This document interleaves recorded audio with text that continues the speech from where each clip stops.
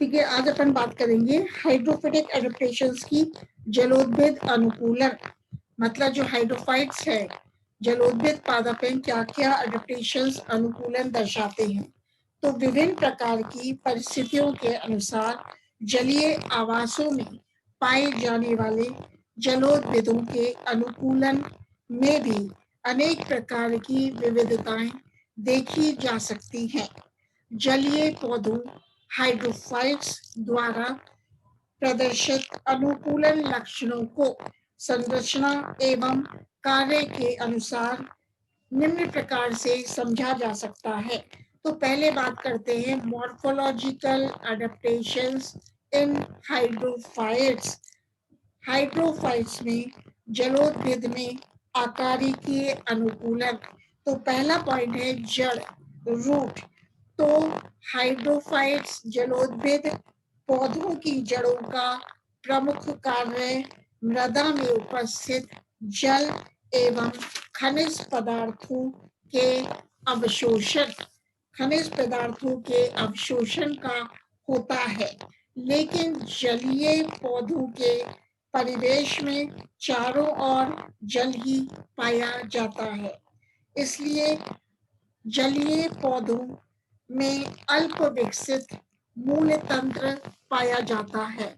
मतलब the root system is very less developed इन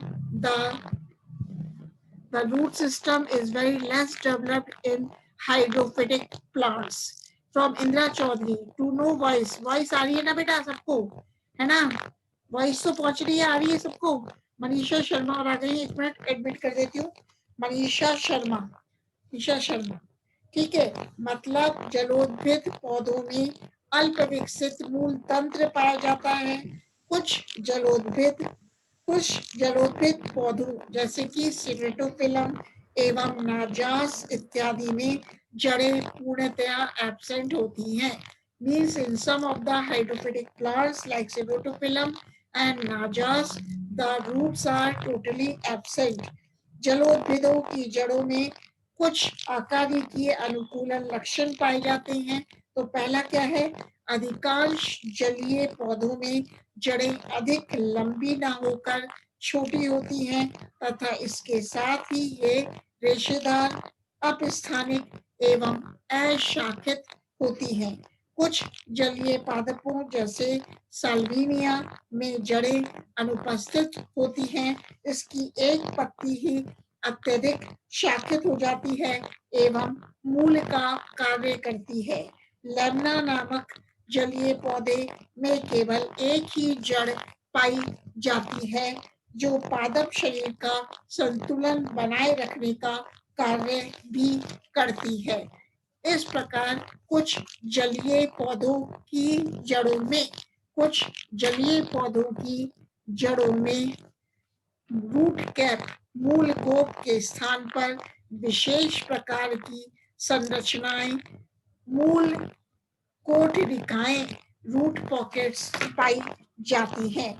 क्या पाई जाती है? एक बार पूजा कुमावत आ गई, इनको एंटर कर देते हैं। पूजा कुमावत, ठीक है। कुछ जलीय पौधों की जड़ों में मूल गोप, रूट कैप के स्थान पर विशेष प्रकार की संरचनाएं, रूट पॉकेट्स पाई जाती हैं। जैसे पिस्टिया, PISTIA, पिस्टिया, आइकॉर्निया एवं सिंगाड़ा, ट्रापा इत्यादि। मूल गोप की भांति ही ये भी विशेष प्रकार की संरचनाएं होती हैं जो कि मूल के अग्रभाग की सुरक्षा का कार्य करती हैं। अनेक जलीय पौधों जैसे कि निम्फिया एवं लैमना में तो जड़ों में मूल रोम पूर्णतया अनुपस्थित होते हैं। अतः इन पौधों में अवशोषण का कार्य मुख्य जड़ द्वारा ही किया जाता है। कुछ पौधों जैसे कि जूसिया रेपेंस, JUSSIAEA,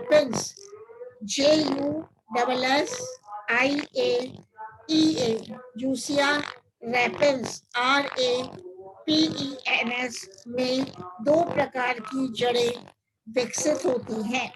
इनमें से कुछ जड़ें तो सामान्य अपस्थानिक प्रकार की होती हैं, पर कुछ विशेष जड़ों की स्पंजी संरचना होती है जो पादप शरीर को जल की सतह पर प्लावमान रखती हैं। एक मिनट, शुभी जोशी आई हैं।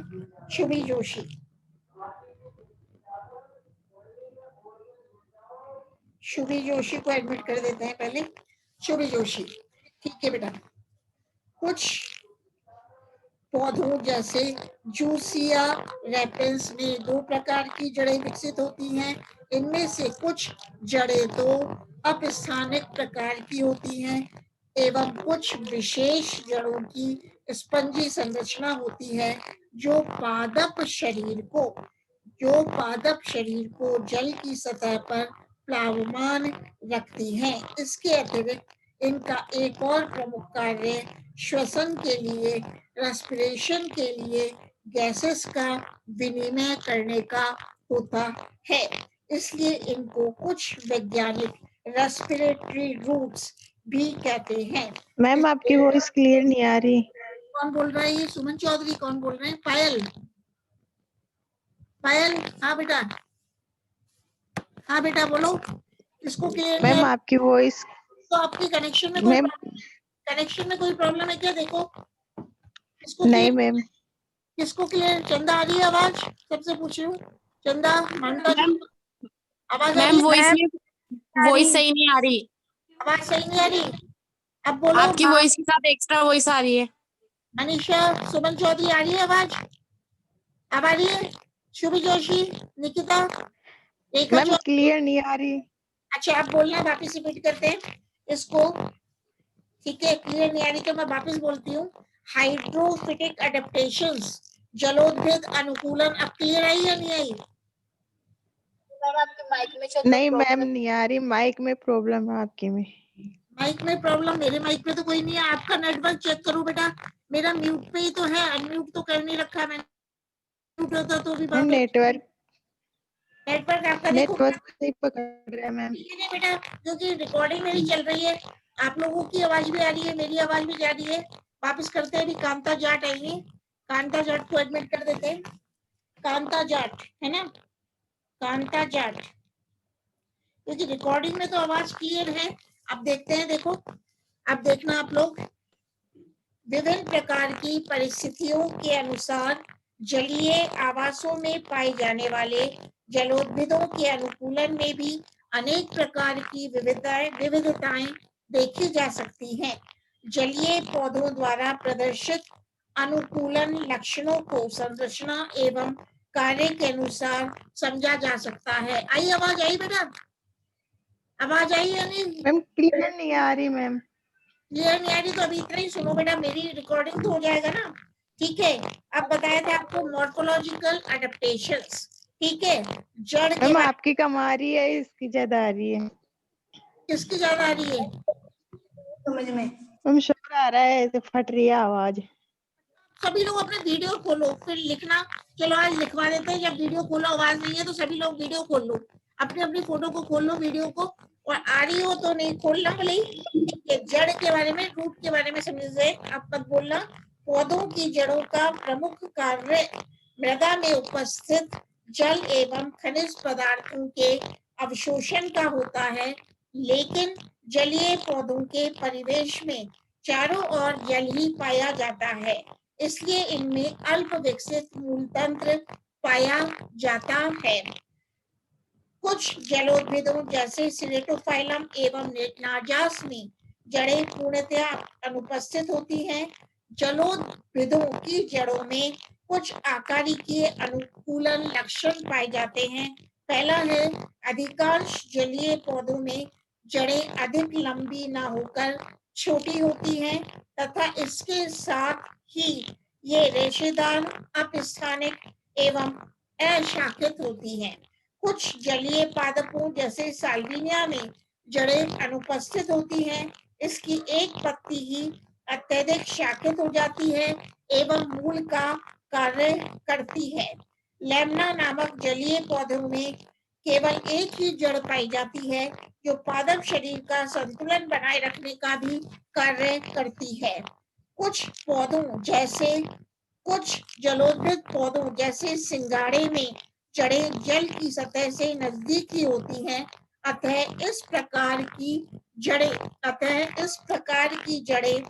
जैसे अतः इस प्रकार की जड़ें जल की सतह से नजदीक ही होती हैं और प्रकाश संश्लेषण करने के लिए हरी हो जाती हैं एवं प्रकाश संश्लेषण कर भोजन बनाने का कार्य करती हैं। इस प्रकार की जड़ों को स्वांगीकारी मूल कहते हैं, एसिमिलेटरी रूट्स कहते हैं। तो क्या बताया, कुछ जलोदृत पौधे हैं जैसे कि सिंगाड़ा, उसमें जो जड़ें हैं वो किसका कार्य करती हैं, प्रकाश संश्लेषण का कार्य करती हैं, मतलब भोजन बनाने का कार्य करती हैं। और इस प्रकार की जड़ों को एसिमिलेटरी रूट्स कहते हैं। अब बात करते हैं स्टेम की। तो जलोद्भिदों की स्तंभ संरचना में आकारिकीय अनुकूलन दृष्टिगोचर होते हैं। पहला है, अधिकांश जलीय पौधों के तने कोमल, पतले, लचीले एवं कमजोर तथा चमकीले हरे रंग के अथवा पीले होते हैं। क्योंकि जल में गहराई बढ़ने के साथ साथ प्रकाश की तीव्रता में कमी होती है, उसी वजह से तने पांडुरित हो जाते हैं। जैसे कि एग्जाम्पल क्या है, पोटामोजिटॉन, हाइड्रिला एवं इलोडिया जो कि पूर्णतया जल निमग्न होते हैं, उनके तने स्पंजी एवं प्रत्यास्थ होते हैं, जिसकी वजह से ये जल की धाराओं एवं जलाशयों की लहरों का प्रतिबल सहन करने में सक्षम होते हैं। एक मिनट, सीमा चौधरी भी आई है, इनका नाम भी लिख देते हैं, सीमा चौधरी। सीमा चौधरी, मोनिका मीना, मोनिका मीना, मोनिका, मोनिका मीना। Yes ma'am. बेटा बोला, यस बोला करो, जब भी प्रेजेंट लगेगी ना बेटा। सीमा चौधरी, सीमा, यस मैम। हाँ बेटा, प्रेजेंट जब भी लगेगी ना बेटा, क्योंकि आप लोग पूरे जने तो आ नहीं रही, अभी तनुश्री भी नहीं आ रही, कब से वो भी नहीं आ रही, कौन, मुस्कान अंसारी, मुस्कान भी नहीं आई है तो उसकी भी नहीं लग पा रही है। जो जो आया है प्रेजेंट अब उसी की लगा रहे हैं, ठीक है ना बेटा। अब है, ठीक है, कुछ जलोदृत पौधों में जो अपनी जड़ों के द्वारा जलाशय की मृदा में स्थिर रहते हैं तथा इससे संपर्क बनाए रखते हैं, उनके तने प्रकंद या भूस्थानी में रूपांतरित हो जाते हैं। जैसे कि कमल, नीलंबो। जलीय पौधों में तनों के भूमिगत रूपांतरण के कारण यह चिरकालिता संरचना के रूप में कार्य करते हैं। इसलिए ऐसे जलोदृत पौधे बहुवर्षीय होते हैं। कुछ जलोदृत पौधों में जो अपनी जड़ों के द्वारा जलाशय की मृदा में स्थिर रहते हैं तथा इससे संपर्क बनाए रखते हैं, उनके तने प्रकंद या भूस्थानी में रूपांतरित हो जाते हैं, जैसे कि कमल, नीलंबो। अब करते हैं लीफ पर्ण की बात। तो पर्ण संरचना में कुछ आकारिकीय अनुकूलन पाए जाते हैं। पहला है, जल निमग्न सबमर्ज्ड पौधों में पत्तियां पतली अथवा अत्यंत कटी-फटी होती हैं, जैसे कि स्टेरोफिलम एवं नाजासने। मतलब कुछ हाइड्रोफाइट्स हैं जो कि सबमर्ज्ड हाइड्रोफाइट्स हैं, जैसे कि स्टेरोफिलम व नाजास। इनमें जो पत्तियां हैं पतली होती हैं, कैसी है, पत्तियां पतली हैं, अत्यंत ही कटी फटी होती हैं। इस प्रकार कटी फटी या रेखाकार पत्तियां होने के कारण ये जल निमग्न पौधे जल की धाराओं एवं लहरों का प्रतिबल सहन करने में सक्षम होते हैं। दूसरा है, स्थिर प्लावी पौधे जो जलाशय के कीचड़ में जड़ों द्वारा स्थिर रहते हैं, जैसे कि नीलंबो, उनकी पत्तियां बड़ी, छत्रिकाकार, सुविकसित एवं गहरे रंग की होती है। मतलब कुछ ऐसे स्थिरप्लावी पौधे हैं जिनकी पत्तियां कैसी होती हैं बेटी, पत्तियां कैसी होती हैं, बड़ी होती हैं, लार्ज होती हैं, छत्रिकाकार होती हैं, वेल डेवलप्ड होती हैं एंड गहरे रंग की होती है। ऐसे पौधों में पत्तियों की ऊपरी सतह पर वैक्सी परत पाई जाती है, मोमी परत पाई जाती है एवं निचली सतह पर म्यूसिलेज की परत पाई जाती है। मतलब on the upper surface of the leaves of such plant waxy layer is found, whereas on the lower surface of the leaves mucilaginous layer is found. इसके कारण इन पत्तियों पर जल का प्रभाव नहीं हो पाता एवं ये पानी में नहीं गलती। स्थिर प्लावी जलीय पौधों की पत्तियों में पर्णवृंत भी लंबा एवं लचीला होता है। इस वृंत की वृद्धि क्षमता असीमित होती है। इसके परिणाम स्वरूप जल स्तर के बढ़ जाने पर भी इनकी पत्तियां जल की सतह पर ही तैरती रहती हैं, जैसे कि नीलंबो एवं निम्फिया। स्वतंत्र प्लावी फ्री फ्लोटिंग जलीय पौधों में पत्तियां सदैव समूह या गुच्छों में पाई जाती हैं, जैसे सिंगाड़ा, ट्रापा एवं जलकुंभी आइकोर्निया। इसके साथ ही इनका पर्णवृंत भी फूला हुआ एवं स्पंजी होता है, जो इनको जल की सतह पर प्लावमान अवस्था में बनाए रखने में सहायक होता है। बेटा आप कोई भी बताओ, आप लोगों में से थर्ड ईयर वाले, आवाज आई है अभी या अभी भी नहीं आई? हाँ बेटा कोई भी बोलो, आवाज आई मेरी या अभी भी नहीं आई? मैम आवाज तो आ रही है लेकिन कट कट के आ रही है, इसे साफ नहीं आ रही। कट कट के आ रही है? सभी को ऐसा हो रहा है क्या बेटा? सभी को? No, ma'am. मैम क्लियर नहीं आ रही मैम। अच्छा देखते हैं बेटा, वापिस मिल करके देखते हैं। रुको अभी पहले आगे का करते हैं फिर क्लियर कर देखते हैं कोई नेटवर्क प्रॉब्लम आ रही हो बेटा तो, है ना। उभयचरी जलीय पौधों जैसे रेननक्यूलस एक्वेटेलिस,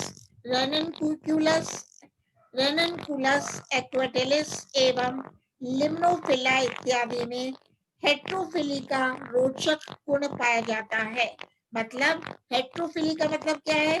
इन पौधों की पत्तियों में जल की गहराई के अनुरूप आकारिकीय अनुकूलन पाया जाता है।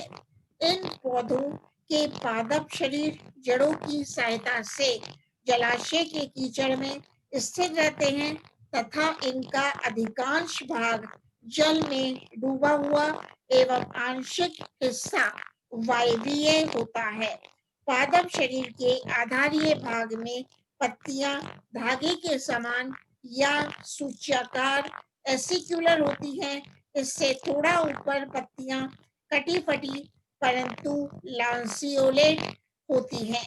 जल की सतह के थोड़ा नीचे पत्तियां अपेक्षाकृत कम कटी फटी होती हैं तथा सतह पर एवं पौधे के वायवीय भाग की पत्तियां बड़ी एवं सुविकसित होती हैं। विषम पर्णिता मतलब हिट्रोफिली के इस रोचक अनुकूलन के कारण ये पौधे प्रकाश तीव्रता के अनुरूप पत्तियों के अधिकाधिक क्षेत्र का उपयोग प्रकाश संश्लेषण के लिए कर सकते हैं। इसके साथ ही जल की धाराओं व लहरों के प्रतिबल से भी ये पौधे सुरक्षित रहते हैं। अब बात करते हैं पॉलिनेशन, फ्रूट एंड सीड, परागण, फल एवं बीज।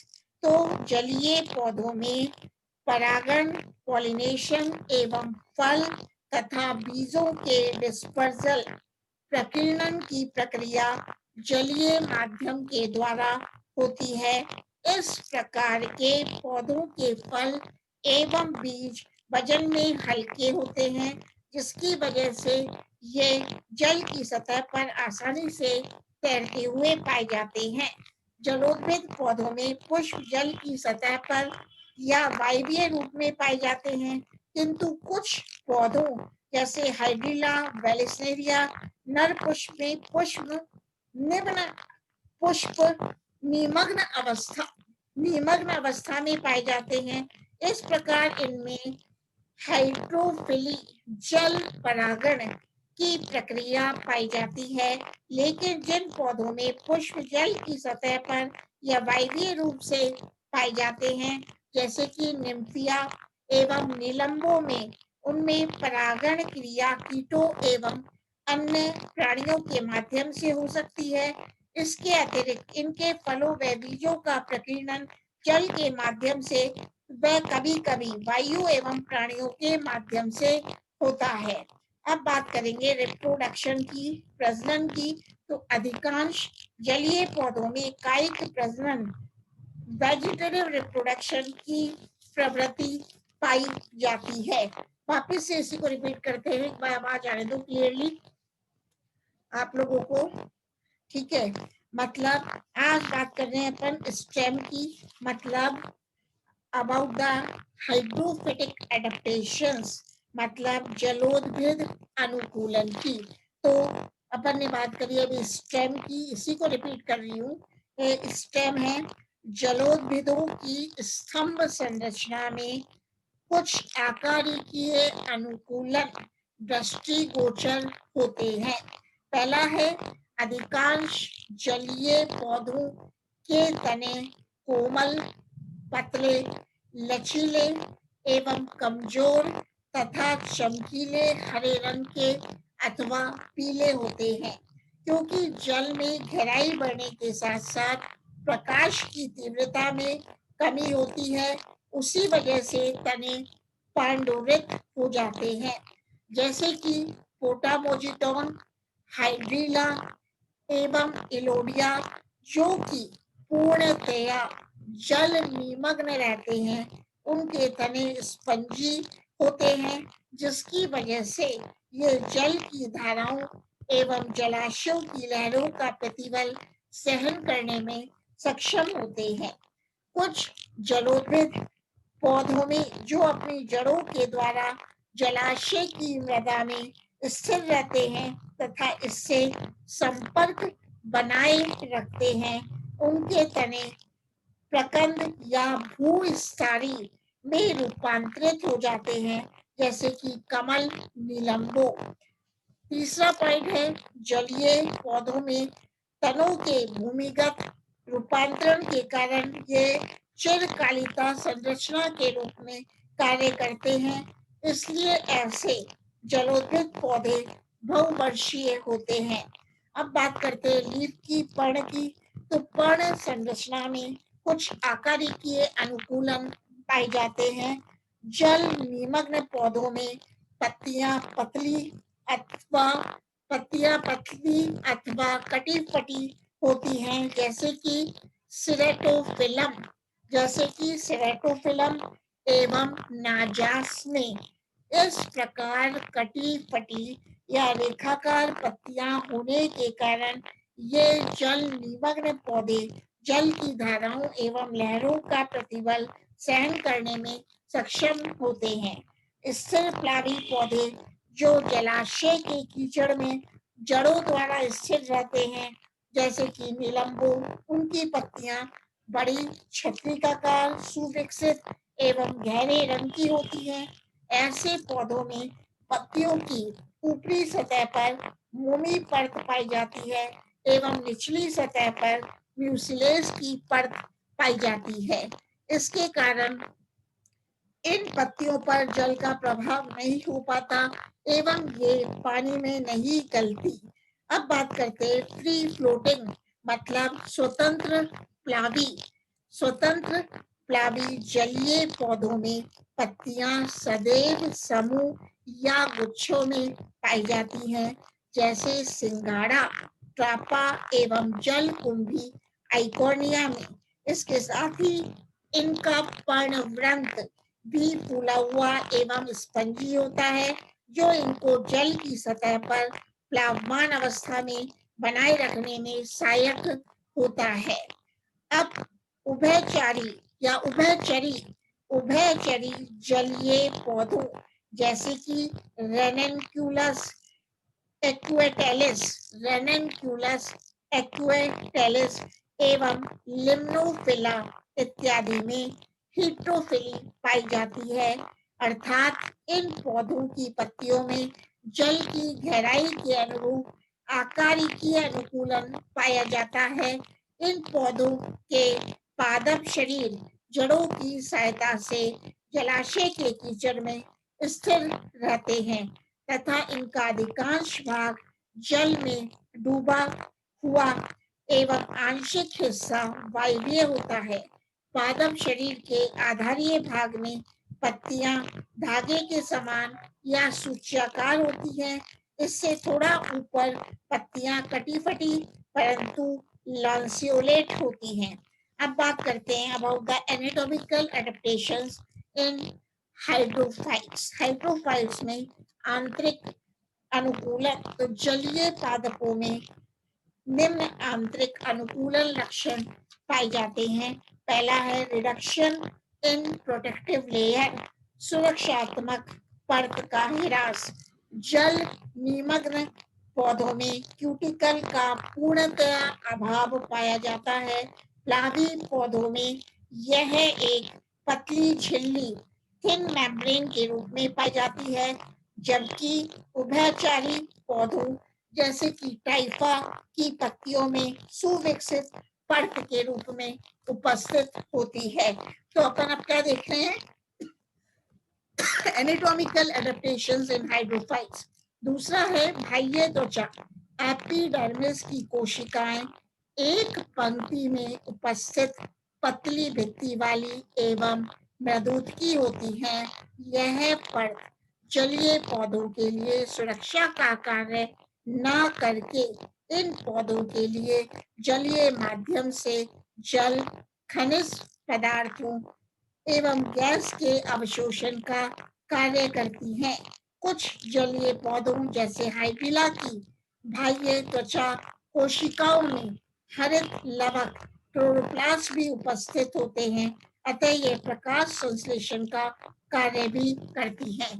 बेटा एक तो रेडमी को वो कर रही हूँ। रेडमी कौन है बेटा? रेडमी का नाम बताओ। ये रेडमी कौन आ रहे हैं? रेडमी, हाँ बेटा रेडमी कौन है? कनेक्टिंग टू ऑडियो हो रहा है। रेडमी का नाम बताओ। आपका नाम बताओ बेटा। रेडमी मीनू मैम, मीनू है। मीनू बेटा रेडमी, आप मीनू कुमारी बैरवा है क्या बेटा? हाँ मैम। ठीक है बेटा, मीनू कुमारी बैरवा की लगा देती हूँ मैं। ठीक है, इस पर लिख लिया करो बेटा मीनू कुमारी बैरवा। तो ठीक है बेटा, मीनू कुमारी बैरवा। हाँ हाँ मैम, अभी डाल दूंगी मैं नाम। मैं 26 है, मीनू कुमारी बैरवा।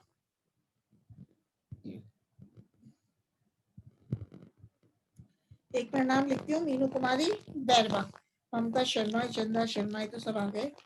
मीनू कुमारी बैरवा, ठीक है बेटा, है ना। अब तीसरा एडेप्टेशन है। तीसरा एनाटॉमिकल एडेप्टेशन क्या है? बाह्य त्वचा पर एपिडर्मिस पर रोम ट्राइकोम्स जैसी संरचनाएं पूर्णतया अनुपस्थित होती हैं। हाइपोडर्मिस अल्प विकसित या अनुपस्थित होती है। अब बात करते हैं अबंडेंस ऑफ एयर स्पेसेस। वायु प्रकोष्ठों की बहुलता। Abundance of the air spaces जलीय पौधों को प्लावी अवस्था में रखने और इनमें गैसीय विनिमय के लिए वायु की आवश्यकता होती है, अतः इसके लिए इनमें निम्न प्रकार के अनुकूलन पाए जाते हैं। पहला अनुकूलन है पत्तियों की सतह पर पर्णरंध्र पूर्णतया अनुपस्थित या अल्प विकसित होते हैं। जल की सतह पर तैरने वाली पत्तियों में ऊपर की ओर एवं उभयचरी पौधों के वायवीय भाग की पत्तियों में दोनों ओर रंध्र पाए जाते हैं। जल निमग्न पौधों में रंध्र पूर्णतया अनुपस्थित होते हैं और यदि कुछ उदाहरणों जैसे पोटामोजिटॉन की पत्तियों में यदि रंध्र उपस्थित होते भी हैं तो ये कार्यक्षम नहीं होते, इसलिए ऐसे पौधों में गैसीय विनिमय भी कोशिका भित्ति द्वारा ही होता है। मतलब क्या देखा अपन ने, पत्तियों की सतह पर जो रंध्र हैं, स्टोमेटास हैं, वो एब्सेंट होते हैं, अनुपस्थित होते हैं। लेकिन जैसे कि एक हाइड्रोफाइट है पोटामोजिटॉन, इसकी पत्तियों में रंध्र अगर उपस्थित भी होते हैं, पोटामोजिटॉन हाइड्रोफाइट में अगर पत्तियों में लीव्स में स्टोमेटास उपस्थित भी होते हैं तो ये रंध्र स्टोमेटास कार्यक्षम नहीं होते, फंक्शनल नहीं होते। दूसरा है अनुकूलन, जलीय पौधों में वलकुट, ऊतक सुविकसित एवं पतली भित्ति वाली मृदुकी कोशिकाओं का बना होता है। वलकुट की कोशिकाएं बड़ी गुहा वाली होती हैं।